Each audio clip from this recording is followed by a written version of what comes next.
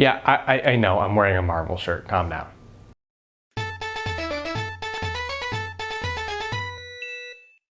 When the entire year, not just the summer, is jam-packed with blockbuster after blockbuster, a movie really needs to shake things up to stand out. And this film really stands out. For all the wrong reasons. Hey everybody, Alex here for Nerdy Inc. coming at you with a review of Suicide Squad. Suicide Squad is the most recent DC pointing film from Warner Brothers. It stars the Fresh Prince of Bel-Air, the Rotten Prince from Down Under, Margot Robbie, Jared Leto, Cara Delevingne,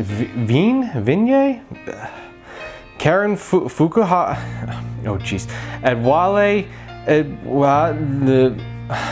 oh thank God, and Viola Davis. To say this is a bad movie is kind of strange. No, it's not great at all, and there are some really big issues with this film. But it's also pretty entertaining and actually borders on being so bad it's good. From technical failings to just gaping holes in the paper-thin story, this is a genuinely entertaining film. I say that the story is paper-thin because the plot of the movie is for the squad to get out of their helicopter and walk through the city. It's shocking how few things happen in this movie. It's an incredibly unbalanced story that starts with a rock-solid introduction to our main characters. It's in this introduction that the film really nails the tone and spirit that should carry us through the rest of the film. Vibrant neon colors and hilarious introductions set up the team wonderfully. Then, rather than sending the squad off on their first mission, the movie begins to meander, reintroducing us to the same characters over and over again. We get 3 separate instances of Deadshot's sharpshooting abilities in the first half hour, time that could have been better spent developing stronger characters or a strong story. The film wastes more time setting up the most subpar villain since Van Forstik's Dr. Doom. And then the film wastes even more time by doing nothing. A few more characters get lazy introductions at the last minute, namely Slipknot and Katana, and the team finally heads off on their mission. Nearly 45 minutes into the film, give or take. I can't even say that the story or pacing is slow because given how few things actually happen elsewhere in the story, it's kinda just par for the course. The fun spirit is drained, and the rest of the film is a drab walk through an oddly deserted city until the final, utterly hilarious face-off. The movie eventually ends, and you're left wondering what exactly you just watched.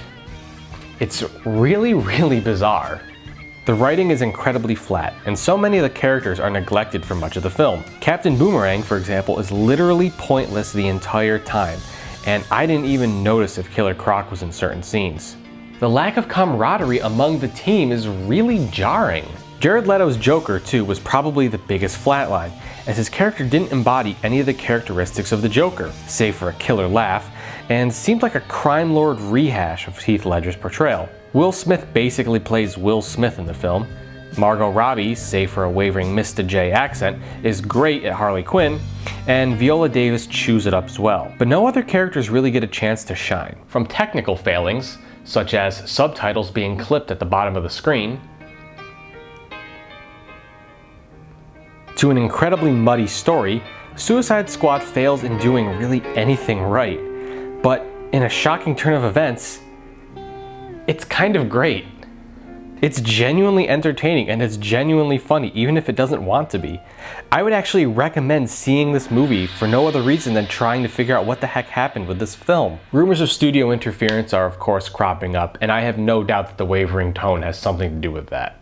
At the end of the day, Suicide Squad is a failure like none other. Where Batman v Superman left me bored to tears, Suicide Squad left me fascinated and, above all, entertained. Sure, it's no Samurai Cop, but I won't lie and say that I didn't enjoy this film, even if it wasn't the type of enjoyment that filmmakers wanted me to get. So let's get into spoiler talk. This movie's not good at all, but can I just list off some stray observations? Enchantress is the worst villain since Dr. Doom. Her motivation is to get her heart back so she can stop being manipulated. That's fine, I'm okay with that. But then she gets her heart back, and for the rest of the movie she just stays in that room. Why? You can go anywhere. You could teleport. Why are you just waiting for people to come and stop you? Also, Enchantress does this weird little dance when she gets her heart. What's that all about? Also, there's a multi-character fight between her and the entire squad that lasts for a few minutes. Then she yells, "Enough!" and they're immediately disarmed and their guns fall over the place. And like, why didn't you lead off with that? Did Enchantress's brother have a name? Or was he just big goofy CGI robot brother guy? Eventually Enchantress starts attacking things. We cut to a shot in space of a satellite blowing up. Then we cut to the inside of the Pentagon and the chiefs of staff, or whoever, are watching the feed of the explosion. A guy says on his cell phone, "They've taken out our communication satellite." Really? Have they? Because you're watching a live feed of the satellite explode from a third-person perspective. What is recording the video for that explosion? How is it being transmitted to you? How are you talking on a cell phone? Why did all the Joker's lines suck? When his helicopter gets shot down, he says, "This bird is baked." That's not a phrase. People don't say that. Your goose is cooked, or my goose is cooked, or that's a real phrase, but not this bird is baked.